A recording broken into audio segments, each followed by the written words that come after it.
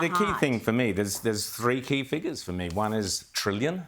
We're $1 trillion in debt. I never thought I would see that in my lifetime, James. There's 1 million, which is over 1 million migrants poured into the country under Labor, and many more yet to come. And what do you get? So that's what you've lost.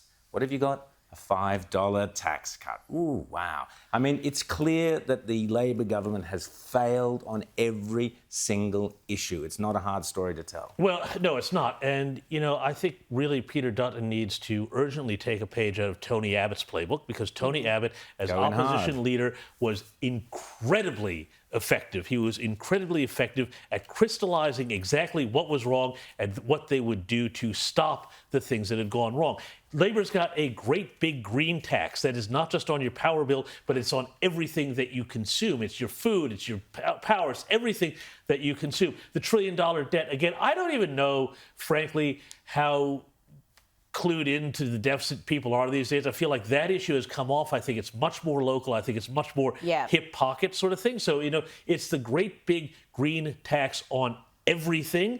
It is the lack of anything about housing. And the big indictment, the biggest indictment of the Albanese government is that people no longer are convinced that their kids are going to have, or their grandkids are going to have, the same or a better life than they enjoyed. And that is the feeling that Peter Dutton needs to crystallize and bring home and say, we are going to bring this back. Which is kind of what Matt was talking about. Well, with Tony Abbott, we still remember all these years later, Stop the boats. Yeah, exactly. And the carbon tax. Yeah. They were the slogans. They were the clear messages. They were election promises, and they happened. So these shouldn't just be cheap slogans. They should actually be policies that are then implemented.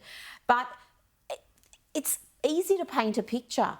Have an ad where every time someone goes to pay for something, Albo and Adam Bant are taking a bit of that money out of their pocket for all the taxes, all the regulation, the way we are over-regulated and businesses are stifled. You can paint a picture very clearly in 15 to 20 seconds without having someone doing a monologue to camera like that. But you also have, James, you also have issues like the reason you mentioned, we discussed the Kamala Harris ad with Trump, is because it crystallised. It was one idea which crystallised everything that was wrong. Yeah.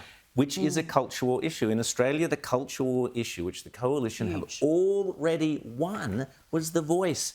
Every day we should see Peter Dutton and Jacinta Price out there attacking all this waste of money in Indigenous affairs, all this nonsense First Nations ambassadors and all of that sort of stuff. That's where they can be attacking and standing up for the Australia of one equal Australia. Can I make one other suggestion too here? We talked about that protester before and what he was talking about the housing.